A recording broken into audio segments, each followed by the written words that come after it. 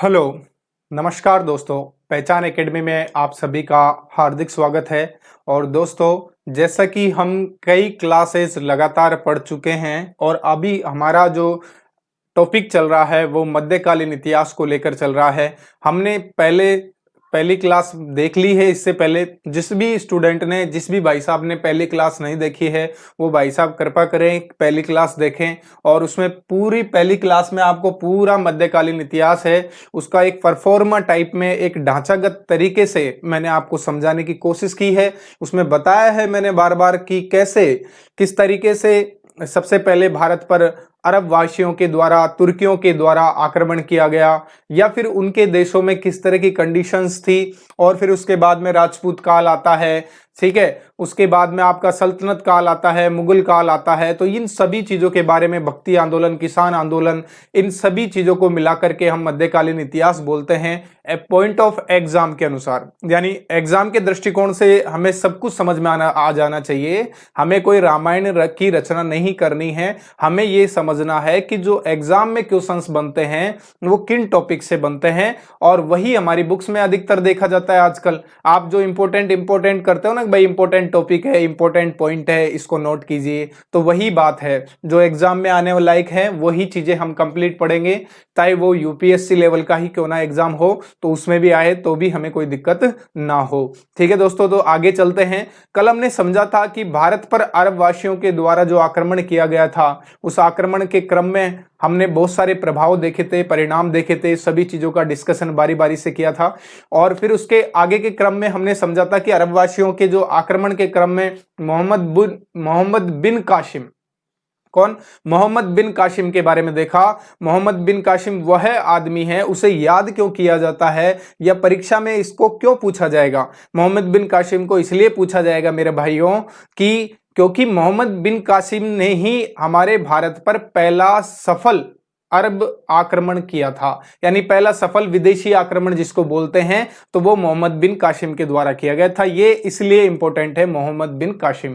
ठीक है, वहां से ये क्वेश्चन पूछा जाएगा। इसके अलावा आप कोई अगर यूपीएससी लेवल जैसा एग्जाम देते हो, या फिर कोई अच्छी लेवल का एग्जाम होता है, या फिर कई कई बार छोटी लेवल के एग्जाम में पूछ लिया जाता है परिणामों और प्रभावों को लेकर के, कि जो अरबवासी लोग यहाँ पर भारत पर उन्होंने आक्रमण किए, तो आक्रमण के क्रम में उनके द्वारा कौन कौन से प्रभाव यहाँ देखने को मिले हैं, क्या क्या चेंजेस आए उनके यहाँ आने से। उन्होंने आक्रमण किया, लड़ाइयाँ हुई, वो बहुत लंबे टाइम तक यहाँ रहे, तो उनसे हमने क्या क्या सीखा, या कुछ ऐसी रीति रिवाज थे, कुछ ऐसी सभ्यताएं थी, कुछ ऐसी लिपियां थी, कुछ ऐसे शास्त्र ज्ञान थे, जो सारे ज्ञान वाली बातें हैं वो सभी यहाँ की यहाँ रह गई। तो इन सब बातें हैं जो कि उसमें पूछी जा सकती हैं। जैसे हिंदू शब्द है, तो भारत में हिंदू शब्द किन के द्वारा दिया गया था?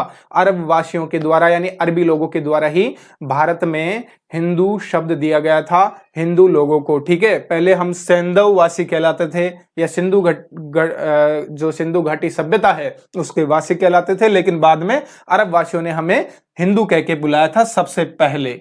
ठीक है, अभी भारत पर अरबी और तुर्कियों के आक्रमण के क्रम में हम दो टॉपिक्स पढ़ेंगे, दो व्यक्तियों का नाम देखते हैं। उन दो व्यक्तियों में आपको देखने को मिलेंगे, आपको याद होगा कि दो व्यक्ति कौन कौन से हैं। एक तो आपका महमूद गजनवी है, एक आपका है मोहम्मद गोरी। महमूद गजनवी एक बहुत बड़ा इतिहास में नाम रहेगा, और इतिहास में नाम भी है, और उसे लूटपाट या चोर उचक्का कह के बुलाया जाता है। वैसे इतिहास की बुक्स हम जब पढ़ते हैं तो कई बार उसकी संज्ञा लूटपाट करने वाले के रूप में दी जाती है, और उसके बारे में बहुत सारा इतिहास है, लेकिन फिर भी हम बहुत शॉर्ट टर्म्स में उसको देखते हैं। उसकी वजह यह है क्योंकि शॉर्ट टर्म्स में ही उसकी कुछ ऐसी चीजें हैं जो एग्जाम में बनती हैं। इसके अलावा और बाद बाकी व्याख्यान से हमें कोई लेना देना है भी नहीं। ठीक है दोस्तों, तो महमूद गजनवी की बात करेंगे। गजनवी कौन थे, गजनवी कैसे नाम पड़ा, सारी बातें करेंगे। फिर उसके बाद में बात करेंगे मोहम्मद गोरी की, जो कि नेक्स्ट क्लास में करेंगे। आज सिर्फ और सिर्फ महमूद गजनवी, और कुछ इंपॉर्टेंट, कुछ ही नहीं, ये मान लो कि अधिकतर क्वेश्चंस बनते हैं इन लाइनों से, जो लाइनें मैं आज आपको क्लास में बताने जा रहा हूं। इसलिए ध्यान देना भाई साहब, बिल्कुल बोर्ड पे फोकस होना चाहिए, बातें पूरी समझ में आएंगी, कहीं भी कोई कंफ्यूजन नहीं रहेगा, मैं सारी डाउट्स क्लियर कर दूंगा। आपको सिर्फ और सिर्फ फोकस करना है, नाम के पीछे नहीं भगना है कि बड़ी कोचिंग है, बड़ा नाम है तो उसके पीछे भग गए, वहां कुछ गलत चीजें बताते, तो वैसे नहीं है। कोई से भी अधिकांश कोचिंग इंस्टीट्यूट है, अच्छा पढ़ाते हैं, सभी बढ़िया पढ़ाते हैं, लेकिन फिर भी देखो कि अधिकतर क्या है कि हमारी मेंटेलिटी के ऊपर डिपेंड करता है कि हमें कौन सी टीचर की का पढ़ाया हुआ अच्छा लगता है। इसलिए आप लोग जितना प्रयास हो सके अपना अच्छा टीचर, अच्छा मार्गदर्शक चूज करना है आपको, और उसी के अनुसार आपको स्टडी करनी है और आगे बढ़ना है, ठीक है ना। हर किसी के साथ में नहीं लगना है, ठीक है। तो आज हम बात कर रहे हैं इतिहास के क्रम में महमूद गजनवी की। भैया महमूद गजनवी कौन आदमी है, क्या है इसका मैटर, ये सब चीजें समझेंगे। पहले बात कर लेते हैं गजनी साम्राज्य की, कि गजनी साम्राज्य है, महमूद गजनवी है, पीछे गजनी लग रहा है, गजनवी है, तो ये सब चीजें क्या हैं, ठीक है। पहचान एकेडमी का मकसद है कि आपको सिर्फ पहचान करवाएगा सारे सब्जेक्ट से, सारी नॉलेज से, सारे एग्जाम के जितने भी पर्पज हैं उन सभी से। तो ये हमारा उद्देश्य है, उसी उद्देश्य के लिए हम काम कर रहे हैं। आगे बढ़ते हैं। गजनी साम्राज्य या यामिनी साम्राज्य, या इसे बोलते हैं शामिनी साम्राज्य, ठीक है। ये तीन नाम हैं इसके। आपको गजनी साम्राज्य बुक में मिल जाएगा, यामिनी साम्राज्य मिल जाएगा। इसके अलावा जो क्या नाम है, सतीश चंद्र जी की बुक आती है उसमें सामिनी साम्राज्य भी नाम दे रखा है, तो वहां से भी इसे आप पॉइंट आउट कर सकते हैं। कभी पूछे तो आपको बता देना है, ठीक है। आगे चलते हैं कि गजनी साम्राज्य बना कैसे। जब जिस दौर में जो पश्चिम एशिया से थोड़ा सा आउट ऑफ एरिया में, जहां जैसे तुर्की लोग रहते हैं, अरबी लोग रहते हैं, इराक ईरान का इलाका है, तो उस इलाके में क्या है कि उस टाइम पीरियड में 1000वीं सदी में, सॉरी 1000वीं सदी में, या कहने का मतलब है कि 11वीं सदी के लगभग उस टाइम पे वहां पर खींचतान चल रही थी। अरबवासी हैं या मुसलमान हैं या इस्लाम जो लोग हैं, उन लोगों का तुर्की लोगों के साथ में आमना सामना हमेशा होता रहता था।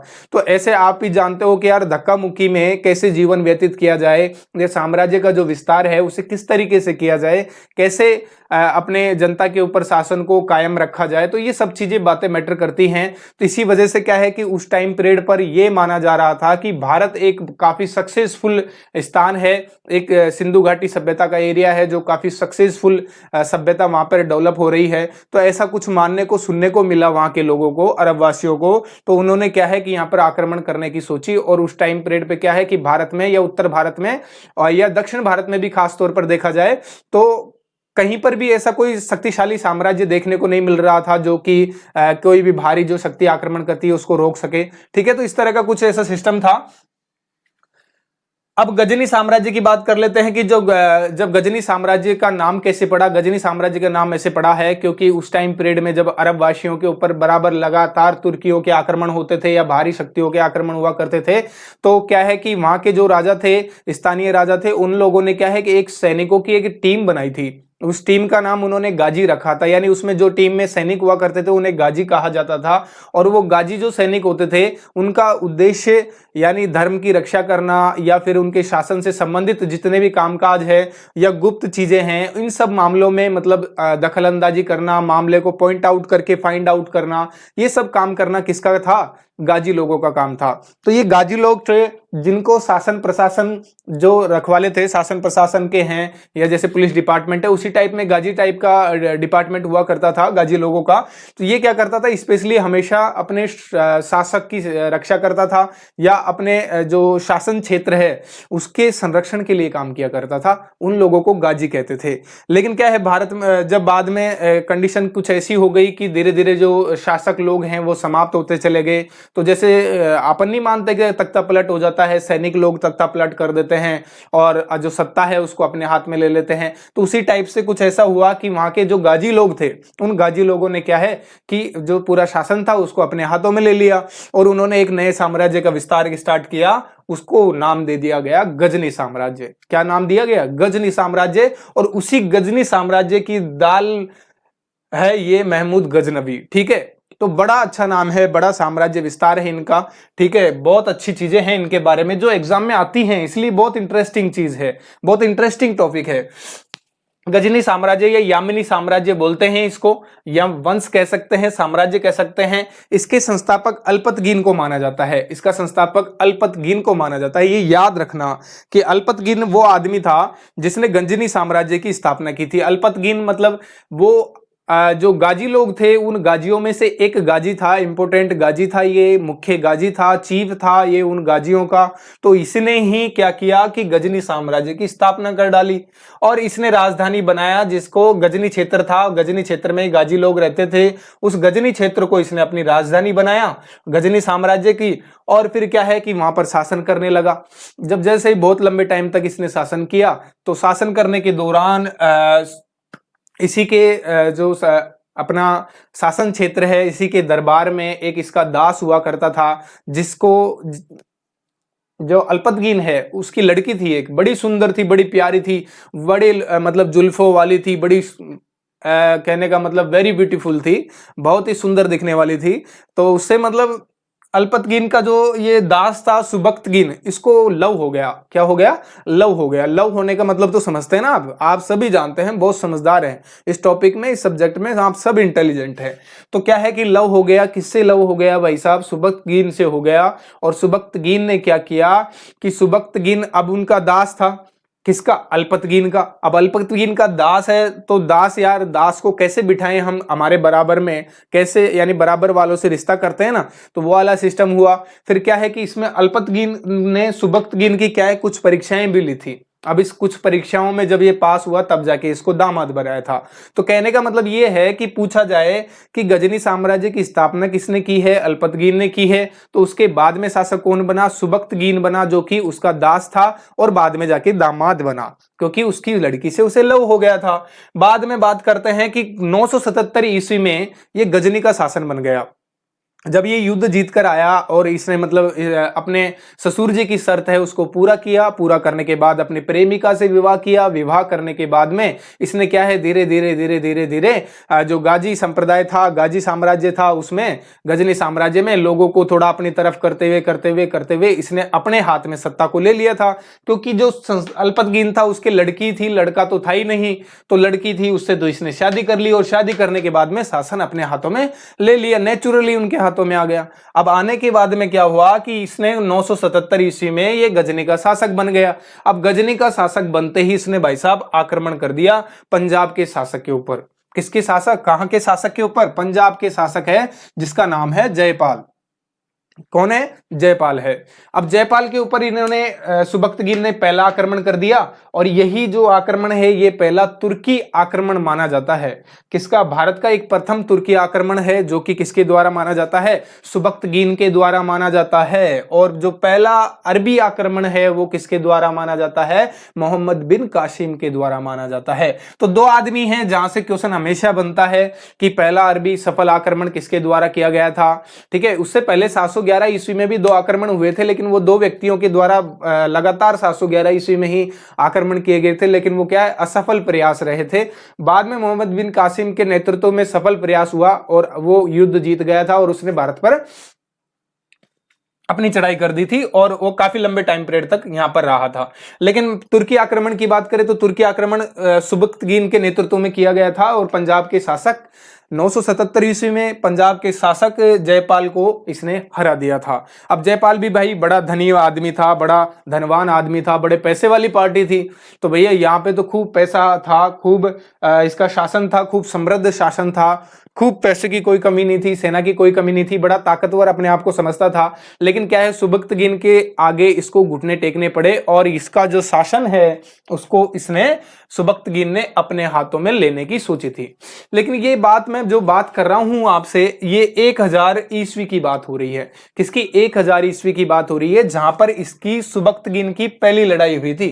किसकी? सुबक्तगीन की पहली लड़ाई हुई जयपाल से और जयपाल को इसने हरा दिया।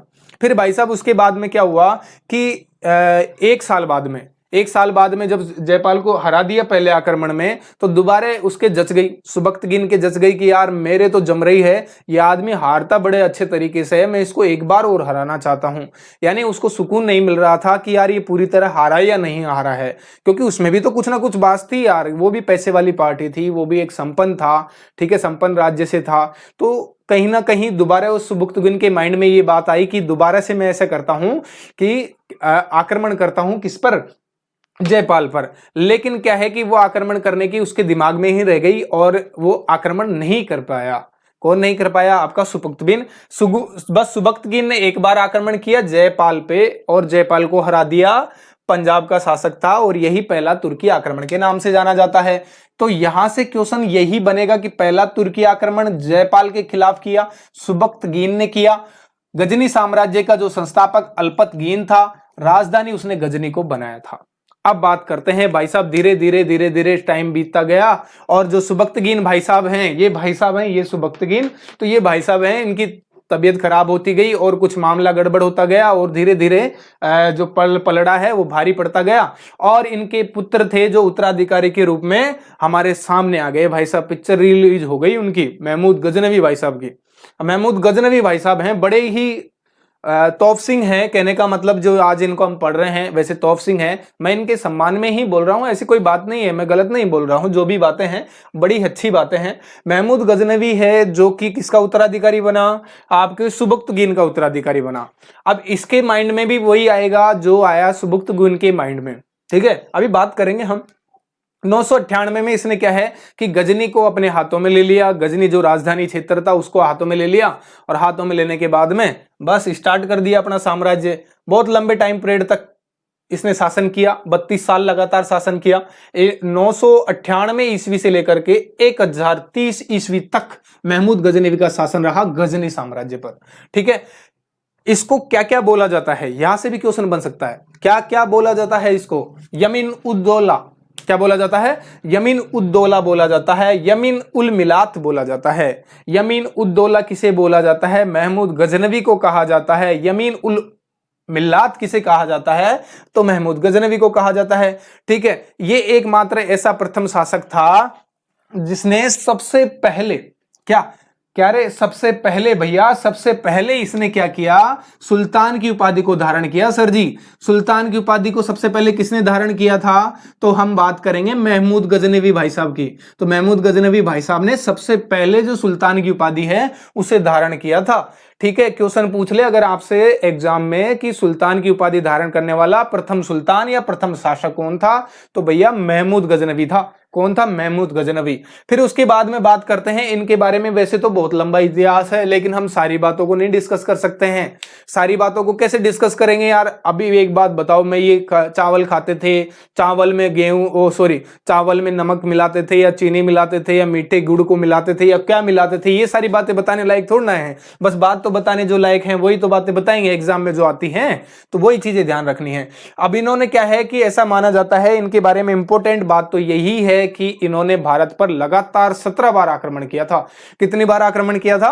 17 बार आक्रमण किया था, 17 बार। अब देख लो भाई साहब, एक दो बार में कंडीशन खराब हो जाती है, 17 बार कौन मरने जाता है बार बार, ठीक है। तो इन्होंने क्या है कि 17 बार भारत पे आक्रमण किया था, लेकिन इसमें भी क्या है, डाउटफुल है यार। अब इतिहास में लिख दिया तो जरूरी थोड़ा है हर बात सत्य हो सकती है, ऐसा एक आदमी का मानना हो सकता है। सर हेनरी इलियट नाम का आदमी था, इसने माना है कि 17 बार भारत पर आक्रमण करने का या 17 बार भारत पर जो चढ़ाई करने का काम है वो भाई साहब ने किया था, महमूद गजनवी भाई साहब ने। तो याद रखना है कि 17 बार भारत पर आक्रमण किसने किया? महमूद गजनवी ने किया था। और फिर इसके दरबार में कौन कौन से इतिहासकार थे?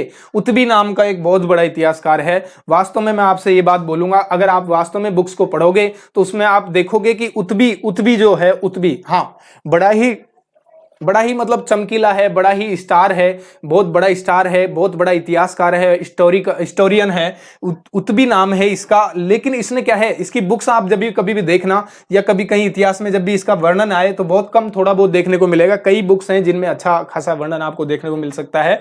तो उतबी वो आदमी है जिसने, मतलब कहने का मतलब है कि इसने, जैसे आजकल के कवि है ना जो सिर्फ बातें लिखते हैं, बातों में सुझाव नहीं लिखते हैं, सुझाव बहुत कम हमें दर्शन होता है सुझाव का, लेकिन उतबी आदमी वो था जो कि आगे आने वाले शासन के सुझावों को भी दर्शाता था। तो उतबी की ही किताबें कुछ ऐसी हैं जिनके आधार पे आगे के शासनों की जो साख है वो चलने लगी थी, ठीक है। 2 किताबें हैं, किताब उल यामिनी। उतबी ने कौन कौन सी किताब लिखी? किताब उल यामिनी है, तारीख ए यामिनी है, यामिनी यामिनी वाली बुकें लिखी थी भैया।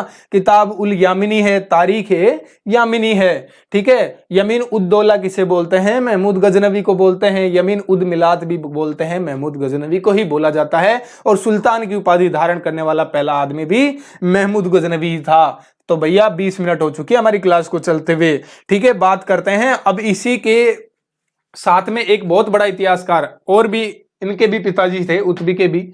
उत्बी के तो पिताजी नहीं कह सकते वैसे, लेकिन क्या कहें कि कहेंगे, क्योंकि अच्छी चीज ज्यादा हमारे एग्जाम में जो पूछी जाती है अलबरूनी से पूछी जाती है। तो अलबरूनी जो था ये एकमात्र ऐसा आदमी है भाई साहब, इसके साथ में मैं क्या क्या बताऊं आपको, बहुत बड़ा, मतलब बहुत बड़ा आदमी है, बहुत ही बड़ा आदमी है। इसकी हाइट होगी 10-15 फीट तो हाइट होगी, इतना बड़ा आदमी है। तो इसके बारे में बहुत सारी कहानी है जो मैं बताऊंगा आपको, है ना। ये अलबरूनी जो नाम का आदमी है, ये 11वीं सदी में क्या है, गजनवी के साथ में भारत आया था। तो अलबरूनी कौन था? ये क्या था, गजनवी के साथ में कहाँ आया था? महमूद गजनवी के साथ में भारत में आया था। कब आया था? 11वीं सदी में 1003 ईस्वी में आया था, ठीक है। इसकी एक बुक है किताब उल हिंद। किताब उल हिंद इसने एक बुक लिखी है जिसमें इसने अच्छा बताया है, हिंदुओं के बारे में अच्छा लिखा है। तो इसलिए ये थोड़ा ज्यादा इंपॉर्टेंट है, और कई सारी बातें हैं जो हम बात करेंगे इनके बारे में। तो अलबरूनी जो एकमात्र ऐसा आदमी है, यानी मैं यूं कहूंगा कि ये एक प्रथम मुसलमान है। ये एक प्रथम मुसलमान है जिसने सबसे पहली बार, अलबरूनी एक प्रथम मुसलमान है, प्रथम मुसलमान इतिहासकार है या लेखक है जिसने सबसे पहली बार पुराणों का अध्ययन किया हो। किसका अध्ययन किया था इसने? भैया भारत आते ही सबसे पहले काम किया कि भारत में जो पुराण थे उन पुराणों का अध्ययन किया और पता लगाया कि हिंदुओं के बारे में क्या रीति रिवाज, क्या संस्कृति है, क्या मामला है, क्या माजरा है। तो उन सब बातों को पता लगाया, और ये मात्र पहला मुसलमान था जिसका नाम था अलबरूनी, ठीक है। याद हो गया महमूद गजनवी तो यार, महमूद गजनवी में तो कुछ भी नहीं है यार। यमीन उद्दौला बोलते हैं, क्या बोलते हैं? यमीन उद्दौला बोलते हैं, यमीन उल मिल्लात बोलते हैं। पहला सुल्तान की उपाधि धारण करने वाला आदमी था। दूसरी बात, इसकी कुछ किताबें हैं। 17 बार भारत पर आक्रमण किया, दरबारी कवि है, दरबारी इतिहासकार है, उत्बी नाम का था। दो बुक लिखी थी, किताब उल यामिनी है, आपकी तारीख है यामिनी है। उसके बाद में अलबरूनी की बात करते हैं जो 11वीं सदी में हमारे भाई साहब है महमूद गजनवी के साथ में भारत आया, और भारत आने के बाद में यहां पर सबसे पहले इसने पुराणों की किताब को उठा लिया और पुराणों की किताब उठा करके देखा कि यहाँ के पुराणों में क्या क्या लिखा हुआ है। तो ये सब चीजें देखी थी इसने, किसने? अलबरूनी ने देखी थी। इसके अलावा अलबरूनी की एक पुस्तक भी है, तहकीक ए हिंद है, तहकीक ए हिंद, ठीक है। अभी तक इसको पूछा नहीं गया है तहकीक ए हिंद। अगर आपको दिख रहा है तो अच्छी बात है, और नहीं दिख रहा है तो मैं देख के बताता हूं कि आपको दिख रहा होगा या नहीं दिख रहा होगा, ठीक है।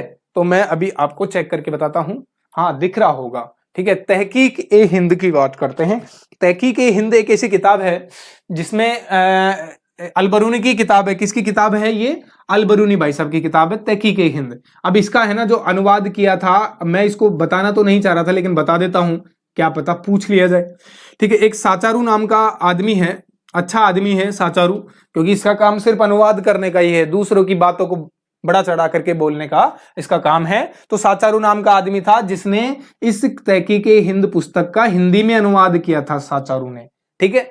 किसमें? अरबी लैंग्वेज में लिखी हुई भाषा थी, उसे साचारू ने हिंदी लैंग्वेज में अंग्रेजी लैंग्वेज में तो साचारू ने किया था। ओहो नो, तो यहां बात कर रहे हैं हम अंग्रेजी की, हिंदी में नहीं, अंग्रेजी यार। अंग्रेजी में क्या भैया भाई साहब, जो भी हो आप, साचारू ने अंग्रेजी में अनुवाद किया था, ये ध्यान रखना है, ठीक है। हिंदी में तो हमारे भाई साहब थे, हमारे खुद के हिंदू होंगे ना यार, जो हिंदी जानते होंगे। तो हिंदी में किया था आपके रजनीकांत शर्मा ने, क्या नाम है? रजनीकांत शर्मा ने हिंदी में अनुवाद किया था तहकीक ए हिंद का, ठीक है। ये भी बड़ी अच्छी किताब है। अब आगे बात करते हैं, आगे डिस्कस करते हैं। मैं मिटा देता हूं इसको, हमारा जो डस्टर है वो तो अभी मिल नहीं रहा, कोई बात नहीं, हाथ से मिटा देते हैं। ये तो समझ में आ गया होगा यार पूरा।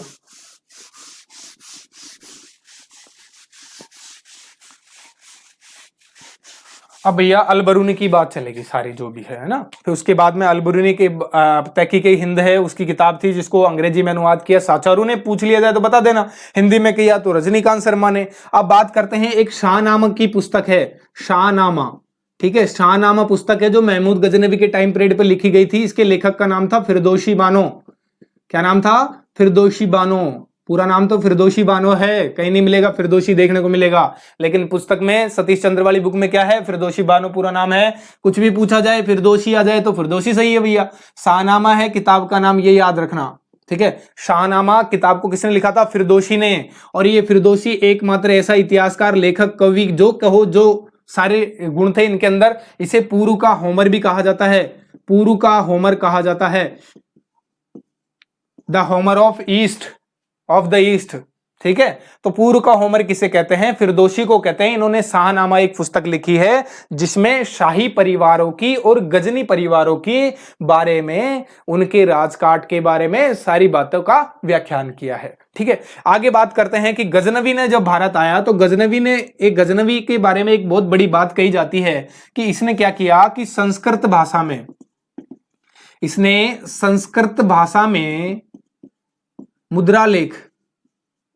मुद्रालेख। अब आप समझ जाइए, यानी कहने का मतलब जो सिक्के हैं या जो मुद्राएं हैं, ठीक है, तो ये मुद्राएं थी, इन पर सिक्के से उत्खनन का कार्य, उत्कीर्णन का कार्य किसने किया था? महमूद गजनवी ने किया था। क्या सिक्कों के ऊपर इसने सबसे पहली बार संस्कृत भाषा में कुछ जो भी लिखवाना होता है वो उसने संस्कृत भाषा में लिखवाने का काम सबसे पहले स्टार्ट किसने किया? महमूद गजनवी ने किया था, जिसने चांदी के सिक्के चलाए थे सबसे पहली बार। किसके सिक्के? चांदी के सिक्के चलवाए, जिस पर संस्कृत भाषा में इन्होंने मुद्रा लेख लिखवाए थे, ठीक है। तारीख ए सुबुक्तगीन है, जो कि सुबुक्तगीन के बारे में एक पुस्तक है, तारीख ए सुबुक्तगीन, ये भी याद रख लेना, तारीख ए सुबुक्तगीन। आजकल पूछा जाता है, काफी डीपली तो नहीं पूछा जाता है, यही नॉर्मल चीजें पूछी जाती हैं। तारीख ए सुबक्तगीन नहीं दिख रहा हो तो मैं बोल रहा हूं, तारीख ए सुबक्तगीन। तारीख ए सुबक्तगीन है, ये एक बैराकी नाम का है, बैराकी नाम का एक लेखक है जो कि उसी महमूद गजनवी के टाइम पीरियड में उनके दरबार में रहा करता था, उनकी पुस्तक है तारीख ए सुबक्तगीन, ठीक है। तो ये पुस्तकों की बात रही, महमूद गजनवी की बात रही। अभी हम बात करेंगे उसके द्वारा किए गए आक्रमणों की, ठीक। अभी आक्रमणों की बात कर लेते हैं, कैसे कैसे कब कब आक्रमण किए गए भारत पर।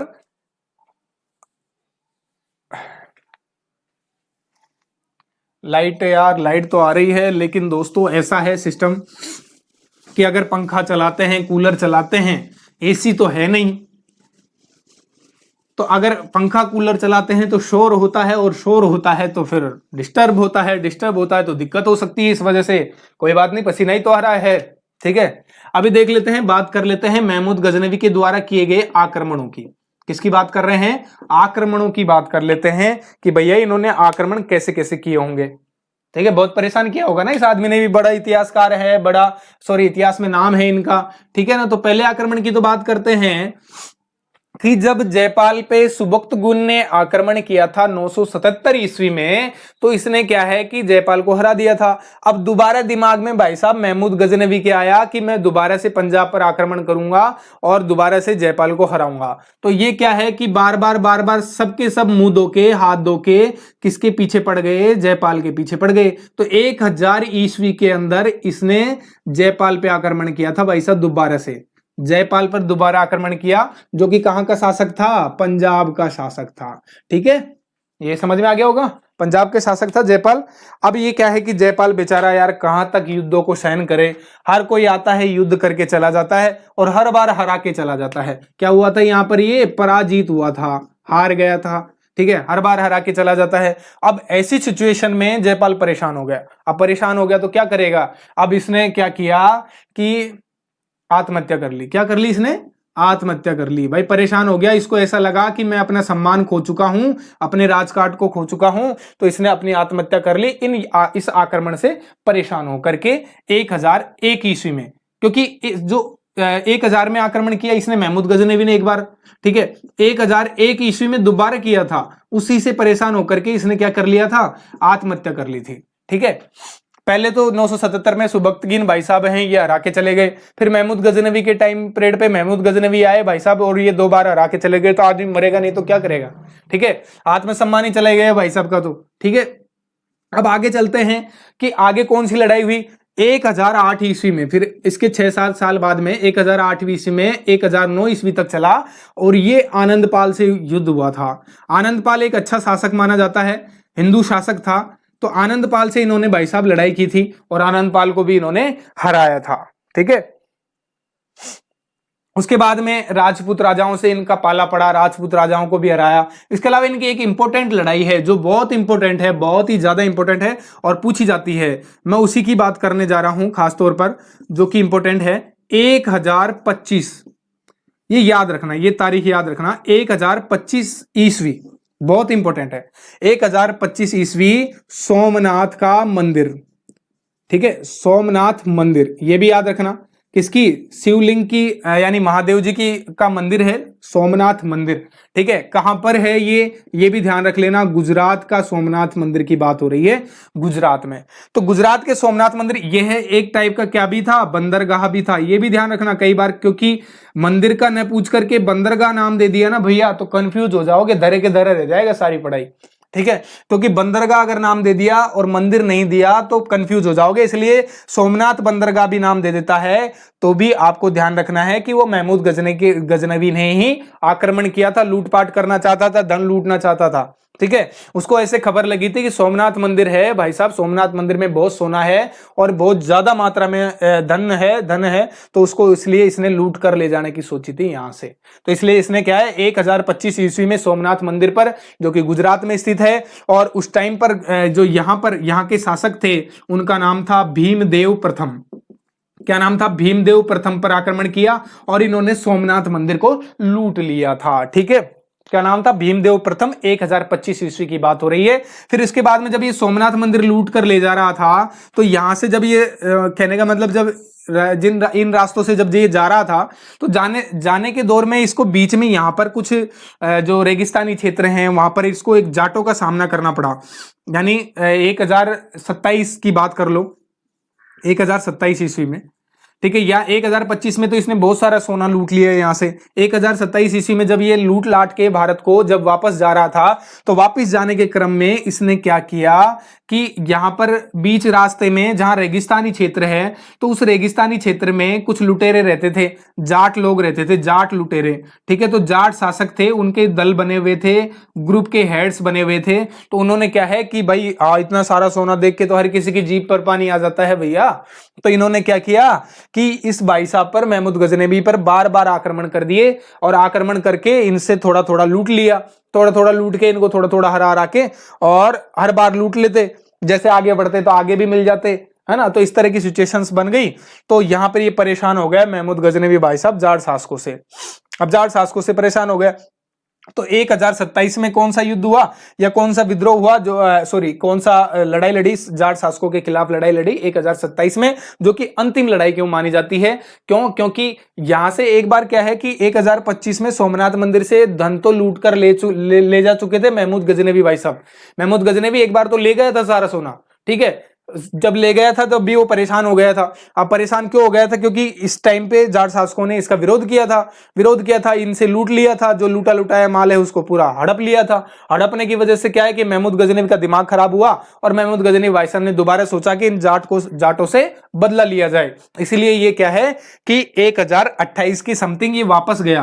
कहां गया? 1028 की समथिंग वापस उसी जगह गया जहां पर जाट लोगों ने इनके ऊपर आक्रमण किया था। तो यहां वहां जाकर के इसने जाटों को सबक सिखाने की सोची, लेकिन भाई साहब ये हर बार वहां से हार कर आ गए और वहां पर इनका पाला नहीं पड़ा और कुछ कंडीशन ज्यादा ही खराब हो गई और नहीं, ये अपनी हार को भी बर्दाश्त नहीं कर सके। और 1030 के आते आते 1030 ईस्वी में ये क्या हो गए? भगवान को प्यारे हो गए। किसको प्यारे हो गए भैया? भगवान को प्यारे हो गए, अर्थात इनकी डेथ हो गई 1030 ईस्वी में। यहीं पे हमारा महमूद गजनवी भी समाप्त हो जाता है और जो टॉपिक है वो भी समाप्त हो जाता है। नेक्स्ट वीडियो में मिलेंगे मोहम्मद गौरी के साथ में। देखते रहिए पहचान एकेडमी।